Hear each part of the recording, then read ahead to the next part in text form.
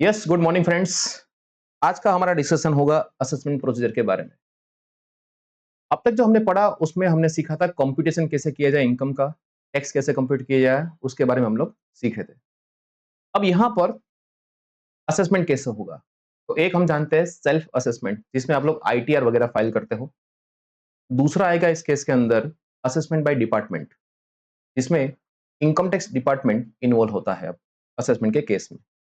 और इसमें हम लोग सीखेंगे इनकम टैक्स अथॉरिटीज कौन कौन होती है और उसके पावर्स कितने कितने होते हैं, वो सारी चीजें। ठीक है, तो अगर मैं आपको मोटा मोटा बोलूं इस चैप्टर के अंदर हमें क्या क्या कवर करना है, तो फर्स्ट हम लोग कवर करेंगे इधर income tax authorities and there powers.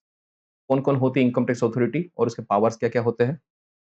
Jurisdiction क्या होता है असेसिंग ऑफिसर का, मतलब कौन से केस को वो हैंडल कर सकता है, कौन से असेसी के केस को वो हैंडल कर सकता है उसके हिसाब से।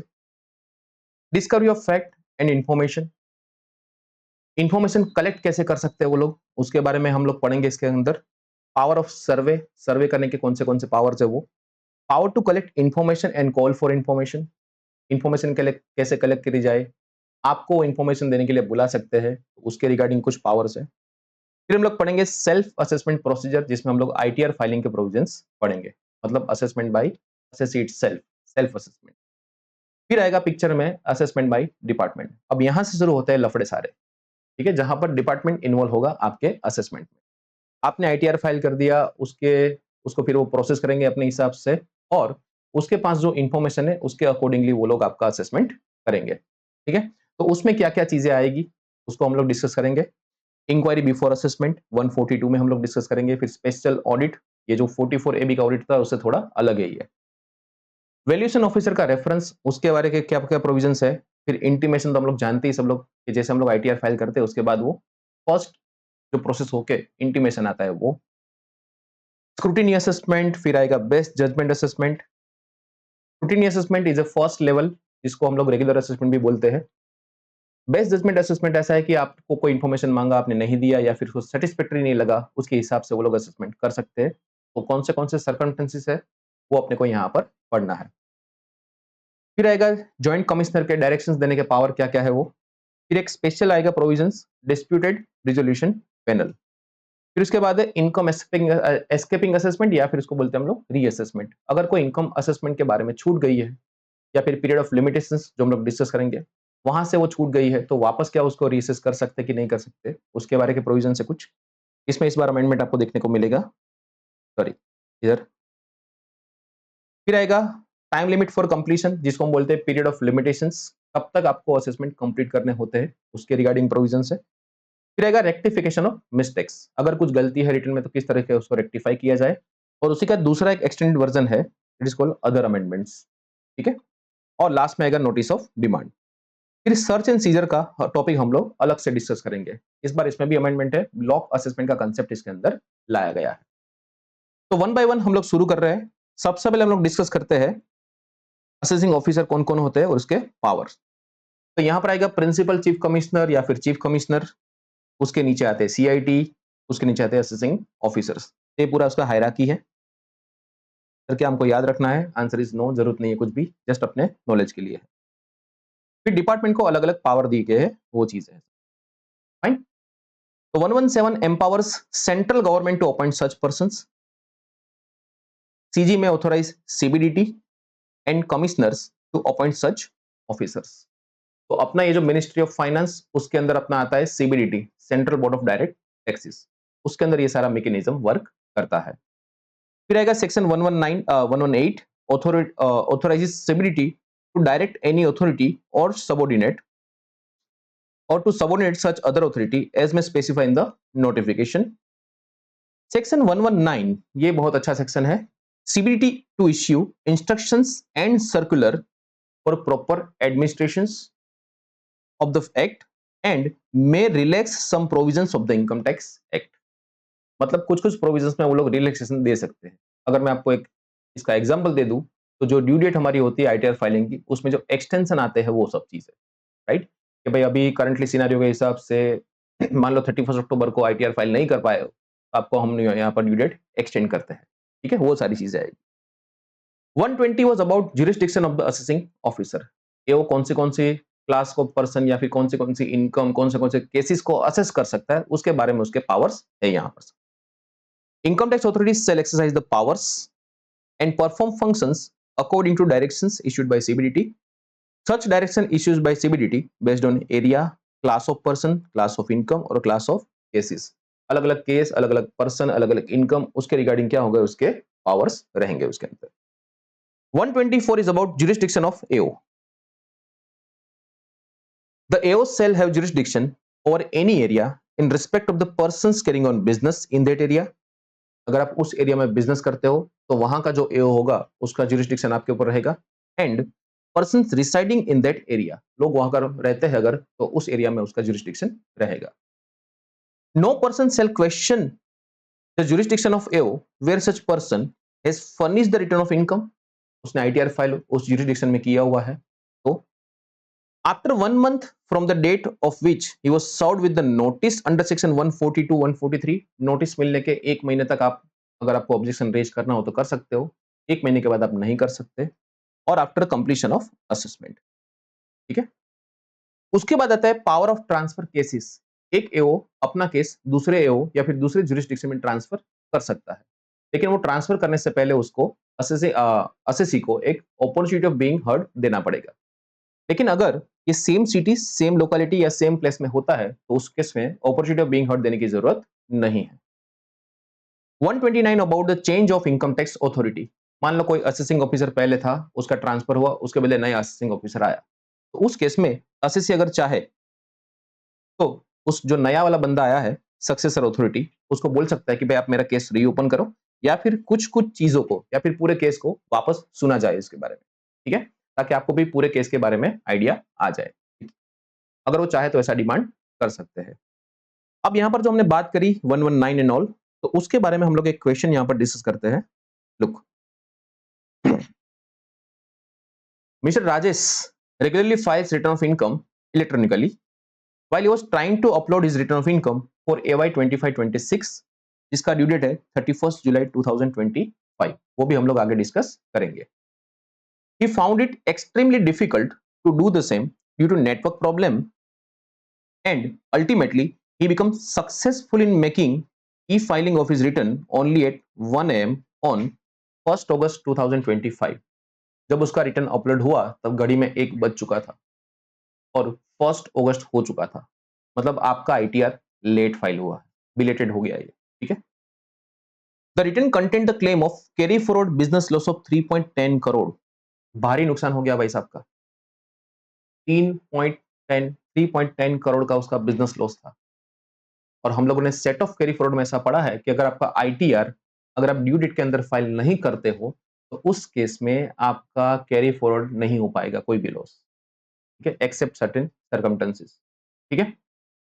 The circumstances was recorded and an email addressed to the competent income tax authority on 1st August 25, Rajesh made a request to CBDT for condonation of delay in filing of return of income। तो उसने भाई साहब ने income tax authority को बोला कि please यार technical problem हो गया तो इसकी वजह से आईटीआर फाइल नहीं हो गया टाइम पे, इस डिले को जो है कॉन्डोन करो। मतलब यहाँ पर ये चाहता है कि आप जो बिलेटेड रिटर्न है उसको कंसिडर करो और मेरा जो लॉस जो डिसअलाउ हो जाएगा, आप कैरी फॉरवर्ड नहीं कर पाऊंगा, उसको आप लोग कैरी फॉरवर्ड करने की परमिशन दे दो यहाँ पर, ठीक है। Discuss whether the PCCIT has the power to condone the delay in filing the return of income and permit carry forward the losses in the given circumstances. क्या chief commissioner, principal chief commissioner ऐसा कर सकते हैं? Would your answer change if the return contained a claim of carry forward business loss of 2.7 crore? उस case में क्या आपके answer में कोई चेंज आएगा? Let's see. अब यहां पर है ना, अलग अलग इनकम टैक्स अथॉरिटी को उस क्वांटम के हिसाब से, इनकम या फिर लॉस का जो क्वांटम है, वैल्यू है, उसके हिसाब से अलग अलग पावर दी है। अगर आपका क्लेम 1 करोड़ तक का है तो आप सीआईटी को बोलो या फिर प्रिंसिपल सीआईटी को बोलो।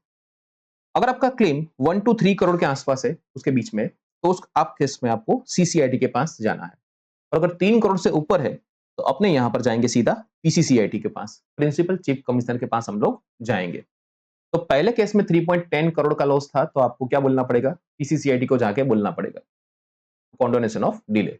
और अगर 2.7 करोड़ है तो उस केस में आप सीसीआईटी को जाके सीधा बोल सकते हो, ठीक है, आप कॉन्डोनेशन की एक रिक्वेस्ट दे सकते हो। अब ये केस था ना, यहाँ पर ऐसा है कि सेक्शन 119 जो है उसमें ऐसा है कि empower CBDT to authorise any income tax authority to admit an application और claim for any exemption, reduction, refund और एनी अदर रिलीफ। अब यहां पर ये जो एनी अदर रिलीफ लिखा है उसका एक वाइड स्कोप बन जाता है, ठीक है।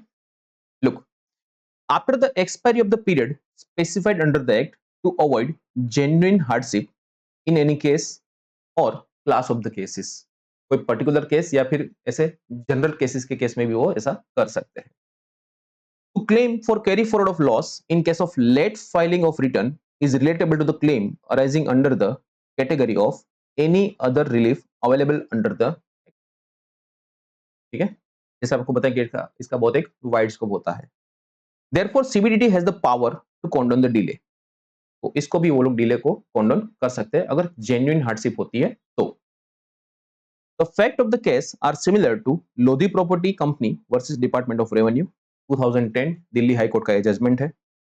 Held that the board has power to condone the delay in case a return which was filed late and where the claim of the carry forward losses was made. The delay was only one day and the assessee had shown justifiable reasons for the delay of one day in filing of ITR. If the delay is not condoned, अगर आपका ने delay को कॉन्डोन नहीं किया तो उस case में उसका 3.10 करोड़ का लॉस लैप्स हो जाएगा जो उसको बहुत बड़ा नुकसान करवा सकता है। It would cause genuine hardship to the assessee. Therefore, court held that the delay of one day in filing of return of income had to be condoned. तो उस केस के रिगार्डिंग यहां पर डिपार्टमेंट का एक सर्कुलर है और उसमें अलग अलग लिमिट देकर रखी है, ठीक है। चलिए क्वेश्चन नंबर 2 की बात करते हैं। Examine the correctness of statement the jurisdiction of AO can not be objected by assessee. एक और जुरिस्डिक्शन आप ऑब्जेक्ट नहीं कर सकते, क्या ये सही है या गलत है। तो हमने वहां पर 3 सर्कमस्टेंसेस देखे थे, आईटीआर फाइल करने वाला, फिर नोटिस का 1 मंथ का पीरियड और कंप्लीशन ऑफ असेसमेंट ऐसा, ठीक है।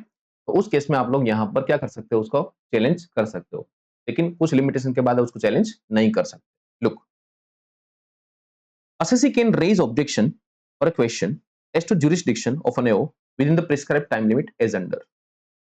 Where the return of income has been filed under 139(1), then within 1 month from the date of service of notice under section 142 and 143 or before the completion of assessment, whichever is earlier.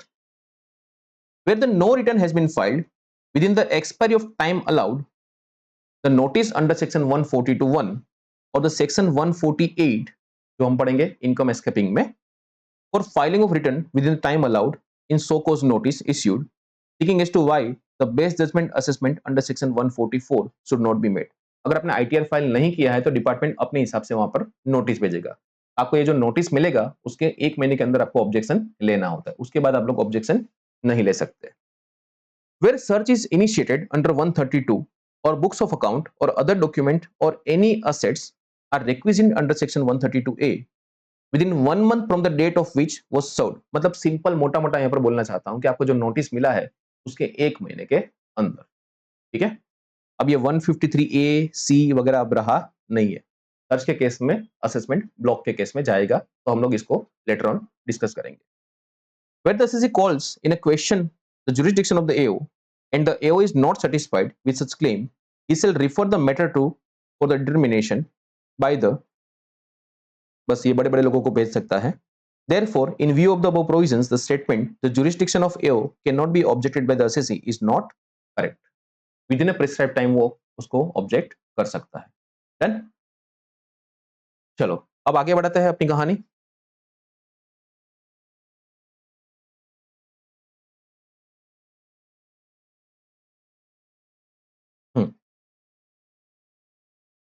Now of section 131, power to discovery, production of evidence et cetera. क्या powers है इसके? AO, principal chief commissioner, commissioner या फिर DCIT, CIT, JCIT appeals और DRP have power, DRP मैंने आपको बताया था dispute resolution panel, have power vested in the civil court under CPC 1908। क्या कर सकते हैं? जैसे अपने पता नहीं आपको, ये पुलिस वाले क्या करते हैं, हर जगह जाके सर्च करते हैं, ठीक है, लोगों को बुला सकते हैं, समन्स भेजते हैं, उसके पास से इंफॉर्मेशन निकलवाते हैं, राइट? ये सारी चीजें जो होती है, वैसा अब यहाँ पर इनकम टैक्स में भी आपको देखने को मिलेगा। क्या क्या कर सकते हैं वो लोग? Discovery of facts and inspection ये कर सकते हैं। Enforcing the attendance of any person including bank officer by issuing summons and examine an oath. मतलब क्या बोलना चाहता है कि भाई किसी भी पर्सन को समन भेज सकता है कि आप इस तारीख को इतने बजे हमारी ऑफिस में हाजिरी देंगे, ठीक है, और हम आपसे कुछ क्वेश्चन आंसर्स करेंगे और आप उसको ऑन ओथ उसमें आप अपना पक्ष रखेंगे, आप अपने आंसर्स उसमें सबमिट करोगे, वैसा है यहाँ पर, ठीक है।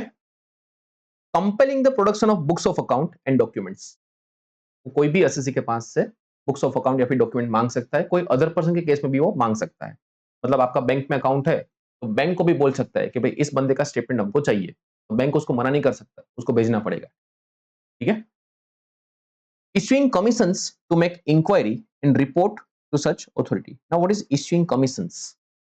अब इश्यूइंग कमीशन का मतलब क्या हुआ है कि भाई एक कमिटी बनती है, जो भी 2 3 4 लोगों की रिक्वायरमेंट होती है उसके हिसाब से, और वो लोग क्या कर सकते हैं, केस की इंक्वायरी कर सकते हैं और अपने एविडेंसेस कलेक्ट कर सकते हैं और वो सच अथॉरिटी को रिपोर्ट करेंगे।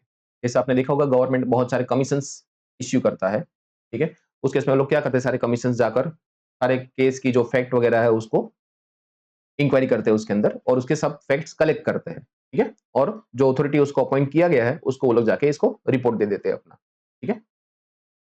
These powers can be exercised even if no proceedings with respect to such person or class of the persons are pending before him or any other income tax authority।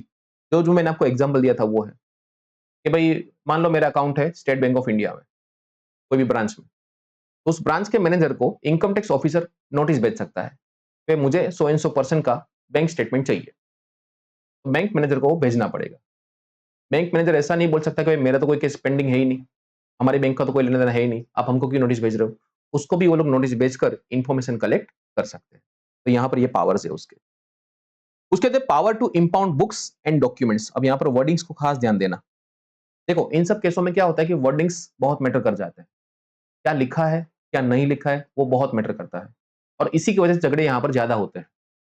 आपने कुछ और समझा है, department को और समझ रहा है और मैटर जाता है कोर्ट में फिर, ठीक है। तो यहां पर बोला है power to impound books and documents, ठीक है।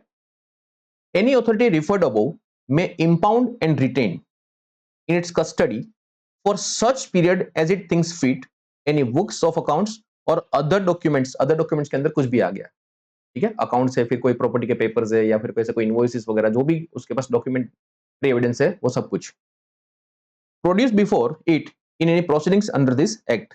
वो इंपाउंड कर सकते हैं, जब्त कर सकते हैं, रिटेन कर सकते हैं इसको और अपने पास रख सकते हैं अपनी कस्टडी के अंदर। कितना period?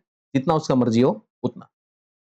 Provided that an AO or an assistant director or deputy director shall not impound any books of account or other documents without recording reasons for so doing। उसको बताना पड़ेगा कि ये बुक्स ऑफ अकाउंट वो क्यों impound करना चाहते हैं, क्यों अपने पास रखना चाहते हैं, ठीक है, रीजंस के साथ उसको रिकॉर्ड करना पड़ेगा। और retain in his custody any such books और documents for a period exceeding 15 days exclusive of holidays without obtaining approval of CCIT और सीआईटी। अगर उसको 15 दिन से ज्यादा रखना है तो उस केस में उसको प्रायर अप्रूवल लेना पड़ेगा, ठीक है। तो ये यहां पर केस है अपना। डन। चलो अब इसके ऊपर एक क्वेश्चन देखते हैं। हम लोग यहाँ पर क्वेश्चन को साथ साथ में कवर अप करेंगे तो आपको आइडिया है कि भाई टेक्स्ट बुक क्या है और क्वेश्चंस किस तरह से एग्जाम में आ सकते हैं। Look, the DGIT after getting information that Mr. Mogembo is in possession of unaccounted case of 50 lakhs, issued orders by invoking powers vested him under section 131 for its seizures। उसको information मिला कि भाई मोगेम्बो के पास बहुत सारा केस पड़ा हुआ है, ठीक है, और उसने यहाँ पर डायरेक्शन दे दिया भाई इस केस को जब्त कर लिया जाए। Is the order of seizure of case issued by DGIT is correct? If not, does the DGIT have any other power to seize such case? तो पहले तो 131 की बात करी हमने, वहां पर ऐसा पढ़ा कि वो बुक्स ऑफ अकाउंट या फिर डॉक्यूमेंट्स को इंपाउंड रिटेन कर सकते हैं, उतना पावर है उसके पास। मैंने आपको अभी जस्ट बताया कि इस केस में बहुत ऐसी चीजें हो जाती है कि क्या लिखा है क्या नहीं लिखा है वो बहुत जरूरी है इसके अंदर। ठीक है, look, powers under section 131 deal with power of discovery and production of evidence. They do not confer the power of seizure of cash or any other asset. खाली बुक्स ऑफ अकाउंट, ठीक है, और प्रोडक्शन ऑफ एविडेंस, वहां पर case या कोई भी asset को वो लोग इंपाउंड या रिटेन नहीं कर सकते हैं। The DGIT for the purpose of making an inquiry or investigation relating to any income concealed or likely to be concealed by any person or class of the persons within its jurisdiction shall be competent to exercise the power conferred under section 131, which confine to discovery and inspection, enforcing the attendance, compelling the production of books of account and other documents and issuing commissions। ये चार चीजें हमने पढ़ी थी यहां पर, ये कितने पावर यहां पर इसके पास है। ठीक है,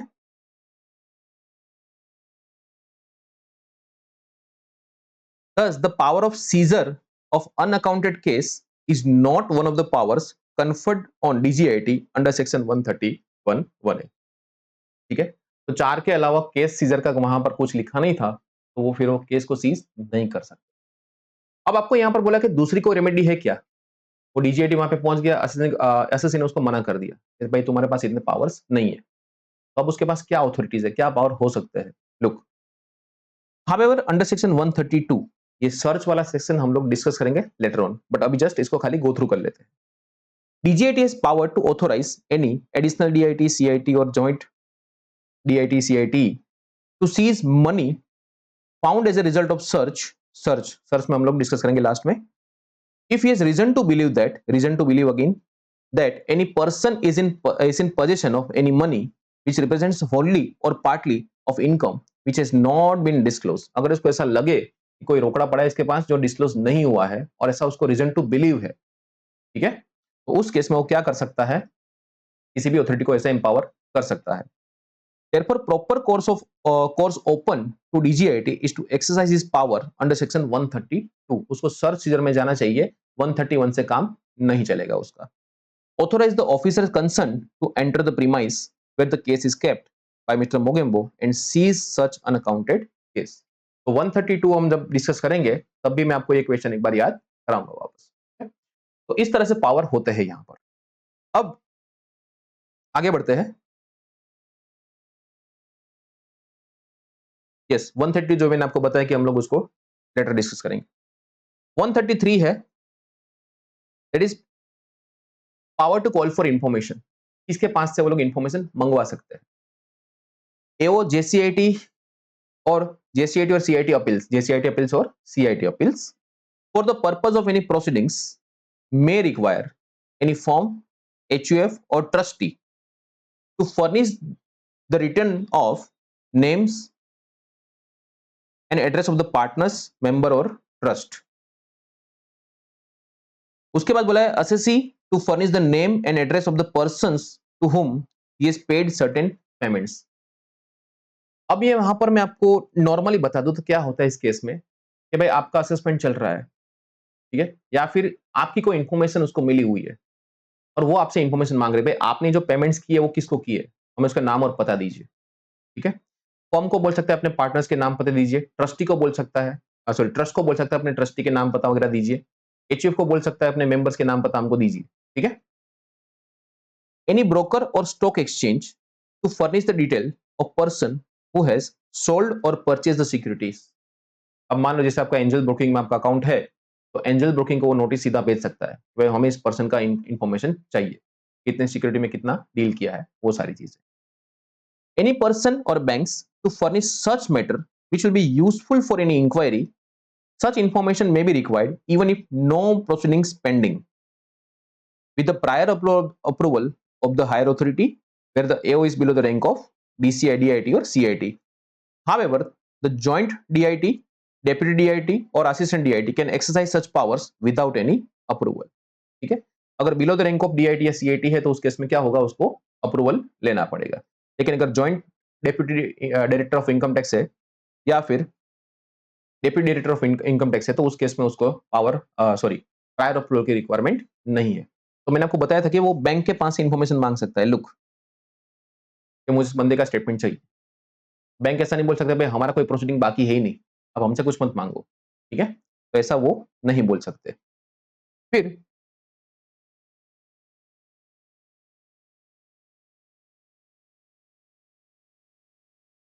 चलो अब एक काम करते हैं, इसका क्वेश्चन देख लेते हैं। ये सारे सर्च के केस है, हम इसको आगे डिस्कस करेंगे। Question number 9, look AO issued notice under section 133 to 4 banks requiring particulars relating to the customer in a specific format duly verified in a prescribed manner. One of the banks refused to part with the information on the ground that the letter did not specify about any proceedings pending against the said customer under the Income Tax Act.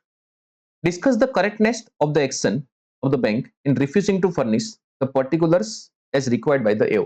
अब यहां पर हुआ क्या है देखो, assessing officer है, ठीक है? असेसिंग ऑफिसर ने बैंक को नोटिस भेजा है। क्या मांगा है उसने? कस्टमर का इंफॉर्मेशन चाहिए हमें, कस्टमर इंफॉर्मेशन मांगा है उसने।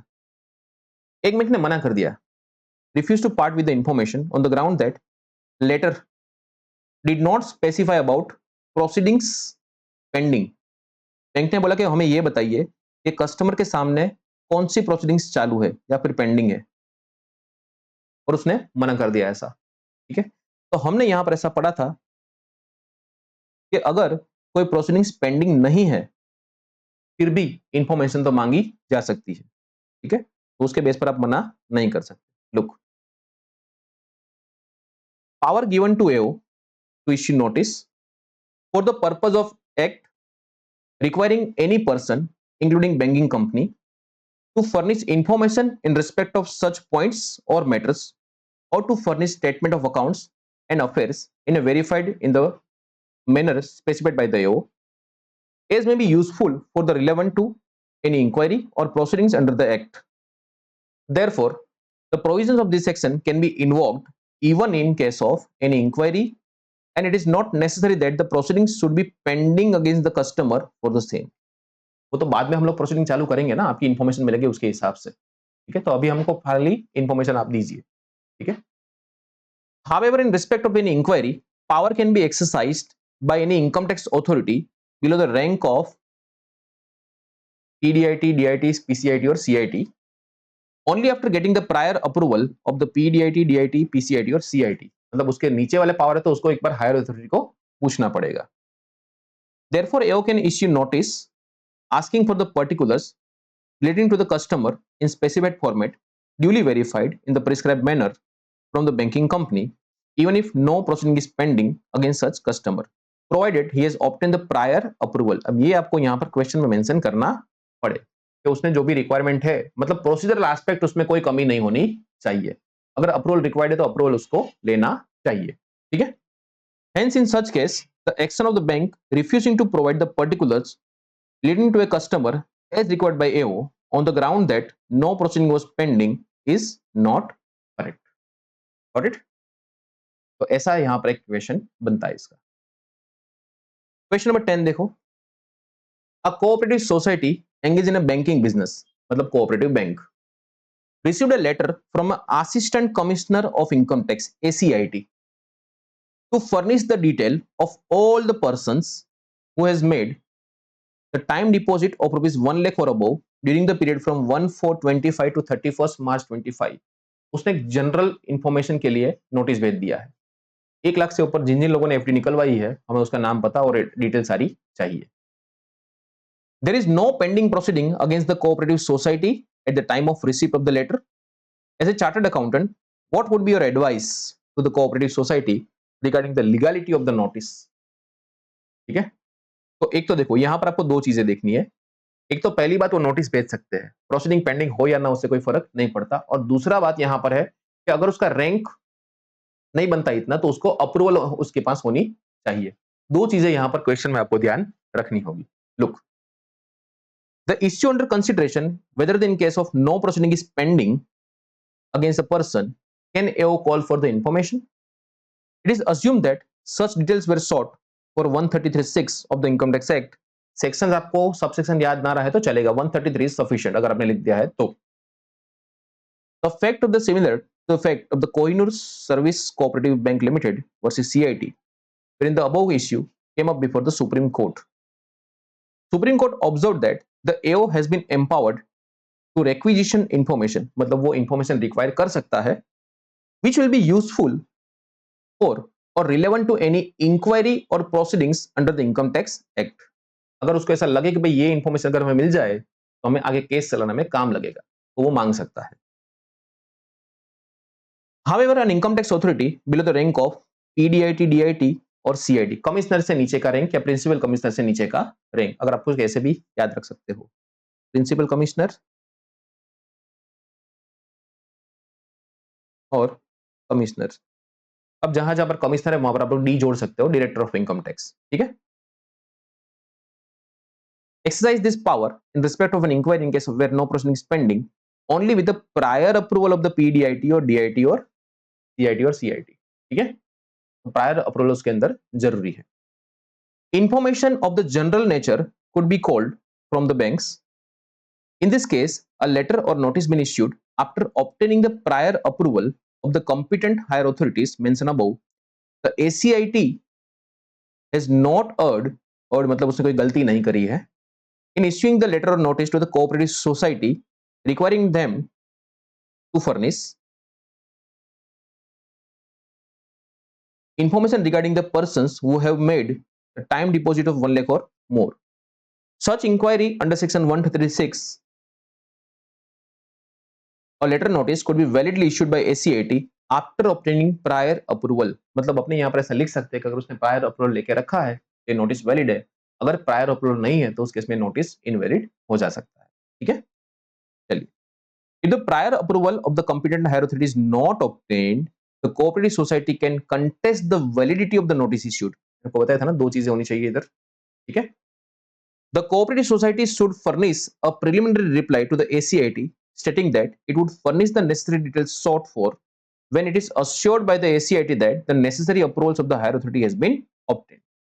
The advice to the cooperative society needs to be framed on the above lines. मतलब आपको उसको बोलना पड़ेगा कि तुम पहले एक काम करो, मुझे वो नोटिस दिखाओ, क्या नोटिस में प्रायर अप्रूवल लेके रखा हुआ है, अगर हाँ तो फिर नोटिस का जो इंफॉर्मेशन मांगा है वो दे दो, अगर नहीं है तो उसको लेटर भेजो कि भाई तुम्हारा नोटिस तो हमें मिल गया, मिलने के ऊपर बहुत हमको खुशी हुई, हम आपको इन्फॉर्मेशन देने के लिए तैयार है, लेकिन आप हमें इसका पहले प्रायर अप्रूवल जो आपने लिया हुआ है उसका हमें इन्फॉर्मेशन दीजिए, क्या आपने कोई अप्रूवल लिया हुआ है, अगर हाँ तो नोटिस वैलिड होगा, अगर नहीं है तो फिर नोटिस क्या हो जाती है, इनवैलिड हो जाती है।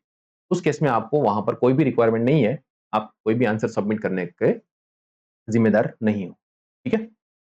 तो इस तरह से यहां पर आपको आंसर फ्रेम करना पड़ेगा। अब ये थोड़ा थ्योरेटिकल मैटर रहेगा, इसमें जितने भी क्वेश्चन आएंगे ना ये सब, ठीक है। चलिए आगे बढ़ते हैं।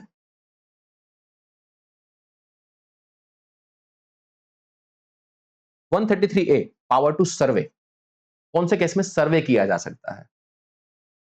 आईटी अथॉरिटी में एंटर, किसी भी बिल्डिंग में घुस सकते हैं वो लोग, और any place at which business, profession और charitable activity is carried on, including other place where books और वैल्यूएबल थिंग्स आर केप्ट। आप जहां पे रहते हो उस बिल्डिंग में आ सकते हैं, आप जहां पर बिजनेस करते हो उस बिल्डिंग में आ सकते हैं, आप जहां पर चैरिटेबल एक्टिविटी करते हो, अगर ट्रस्ट वाला मैटर है तो वहां पे भी वो लोग आ सकते हैं, या फिर कोई दूसरी जगह पर जहां पर आपके अकाउंट्स और बुक्स ऑफ अकाउंट वगैरह रखे हुए यहां पर, ठीक है। तो उस केस में भी वो लोग एंट्री ले सकते हैं। तो यहां पर ऐसा भी क्वेश्चन बन सकता है, ठीक है, आईटी अथॉरिटी ऐसे किसी भी बिल्डिंग में घुस सकते हैं क्या, ठीक है। लेकिन ऐसे किसी भी जगह में घुसने से पहले आपको अप्रूवल चाहिए होगा, किसका, director general, principal director general, chief commissioner, sorry principal chief commissioner and CCIT, मतलब एकदम हायर लेवल के बंदों की रिक्वायरमेंट है आपको यहाँ पर, ठीक है। तो ये इसकी अप्रूवल आपको चाहिए। मतलब आपके यहाँ पर कोई आईटी अथॉरिटी आता है और वो बोलता है कि भाई हम सर्वे करना चाहते हैं, आपकी प्रीमाइस में आना चाहते हैं, तो उसको बोलो पहले हमको उसका लेटर दिखाओ, ये अथॉरिटी है क्या, ठीक है। आपने वो नहीं मूवी में देखा होगा आपने ऐसा कि जब भी पुलिस वाले आते हैं तो बोलते हैं सर्च वारंट दिखाओ हमको पहले, ठीक है। तो ऐसा अगर वारंट वगैरह है, अथॉरिटी है, तो ही वो लोग सर्वे कर सकते हैं। दे कैन एंटर ओनली, अब इसमें देखो कुछ रिस्ट्रिक्शंस है, कभी भी ऐसे नहीं आ सकते दया दरवाजा तोड़ और अंदर घुस गए, ऐसे नहीं आ सकते वो लोग, ठीक है। Look, they can enter only during business hours and in case of other place only after sunrise but before sunset. Entry लेना है तो सनराइज के बाद ही आ सकते हो, सुबह 6 साढ़े 6 बजे जितने भी सनराइज होता हो तब आप एंट्री ले सकते हो। सनसेट से पहले अंदर आ जाना है, सनसेट हो गया उसके बाद अंदर नहीं आ सकते। लेकिन यहाँ पर बाहर जाने के बारे में कुछ नहीं बोला है कि अगर आप सुबह अंदर घुस चुके हो तो फिर शाम को बाहर जाना, ऐसा नहीं बोला है। तो एग्जिट पे कोई रिस्ट्रिक्शंस नहीं है, फिर आप अंदर बैठे रहो आराम से, 1 दिन 2 दिन 3 दिन वो आराम से बैठ सकते हैं, कोई दिक्कत नहीं है इसके अंदर, ठीक है। They can enter only during the business hours. अब सर मेरा बिजनेस आवर्स है 10 to 6, तो 10 से 6 में कभी भी आ सकते हैं। लेकिन सर मेरा तो बिजनेस ही रात को 10 बजे चालू होता है, 10 to 6 इन द मॉर्निंग है, तो उस केस में क्या क्या वो रात को आ सकते हैं? आंसर इज यस, ठीक है। Any person attending such place, मतलब उस दिन जो भी उसका इंचार्ज होगा उस प्लेस का, cell provide necessary facility to inspect the books, cash और स्टॉक। तो उसको वहां पर उसको कोऑपरेट करना पड़ेगा, वो जो भी मांगे बुक्स ऑफ अकाउंट स्टॉक वगैरह उसको वहां पर उसको दिखाना पड़ेगा। Provide necessary information as required by the authority, जो भी वो जो चीज मांगे उसको उसको देना पड़ेगा। यहाँ पर books of account, cash, stock, ये सारी चीजें वो लोग वेरीफाई कर सकते हैं यहाँ पर, ठीक है। फर्दर पावर्स क्या है? IT authority acting under this section may place marks of the identification on the books and make copies. Copy करके साथ में ले जा सकते हैं, टिक मार्क कर सकते हैं, जैसे अपने ऑडिट में कैसे टिक करते हैं वैसा उसके हिसाब से उसका टिक होगा, वो लोग टिक कर सकते हैं, ठीक है। Impound and retain books, documents after recording reasons for 15 days. 15 दिन तक वो अपने बुक्स ऑफ अकाउंट वगैरह डॉक्यूमेंट्स अपने साथ लेके जा सकते हैं। Extend detention prior approval of the commissioner और director and above shall be required. Commissioner या उससे ऊपर वाले अथॉरिटी का आपको अप्रूवल चाहिए अगर आपको 15 दिन से ज्यादा रिटेन करना है तो। Make inventory of cash, stock, other valuable things, however they cannot remove the same from the place. Inventory मतलब वो लिस्ट बना सकते हैं, इतना इतना स्टॉक पड़ा हुआ है, इतनी इतनी असेट्स है या फिर इतना कोई वैल्यूएबल थिंग्स है, कैश इतनी पड़ी हुई, इसका इन्वेंटरी बना सकता है, लेके नहीं जा सकते साथ में, ठीक है। Same powers given to conduct the survey of tax deductor और tax collectors, however they cannot impound the books or make inventory of stock, cash or things. मतलब टीडीएस का सर्वे हुआ या टीसीएस का सर्वे हुआ तो उसमें सर्वे तो कर सकते हैं, लेकिन वो लोग बुक्स ऑफ अकाउंट को इंपाउंड नहीं कर सकते या फिर केस, स्टॉक और वैल्यूएबल आर्टिकल्स का वो लोग इन्वेंटरी नहीं बना सकते, ठीक है। ये नॉर्मल केस में ही अलाउड है आपको। IT authority is of the opinion that it is necessary to conduct a survey of any function, ceremony or event. They can conduct the survey after completion of such event and require any person to furnish the required information. मान लो कोई event चल रही है, मान लो बहुत बड़ी शादी चल रही है और आपको लगा कि यहाँ पर अपने को थोड़ा इंफॉर्मेशन चाहिए, ठीक है, तो कंप्लीशन ऑफ इवेंट के बाद ही वो लोग जा सकते हैं। ऑन गोइंग इवेंट में वो घुस नहीं सकते, पुलिस वालों की तरह इतना पावर नहीं है इसका, ठीक है, रोक दो ये शादी, रोक दो ये फंक्शन, इंक्वायरी करेंगे, ऐसा नहीं हो सकता उस केस में, ठीक है। एक बार फंक्शन शांति से खत्म हो जाए, शांति से फंक्शन एंजॉय करो, खाना वाना खाओ, उसके बाद जो भी पर्सन है उसको बिठाओ बाजू में, लाओ भी चलो इन्फॉर्मेशन हमारा निकालो चलो, ठीक है।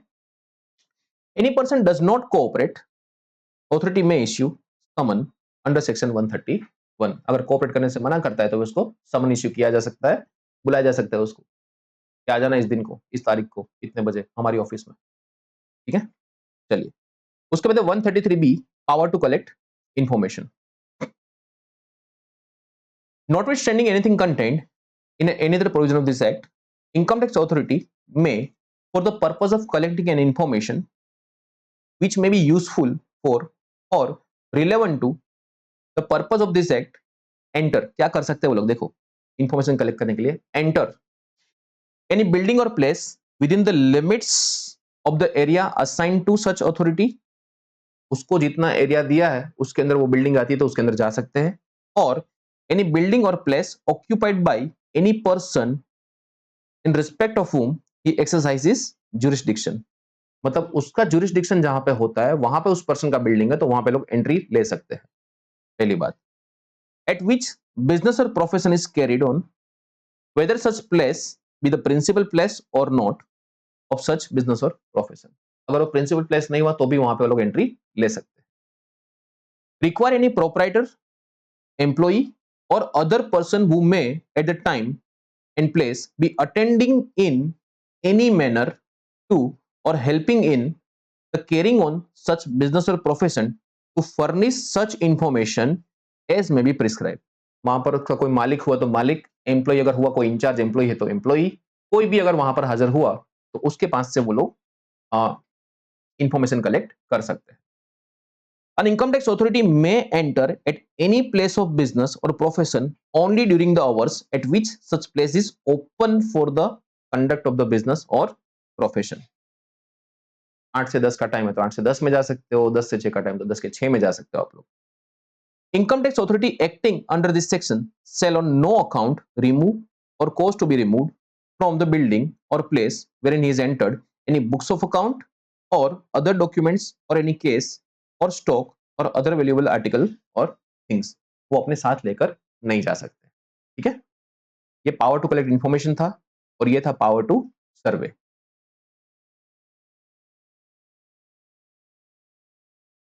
फिर 133C, power to call for information by prescribe income tax authority.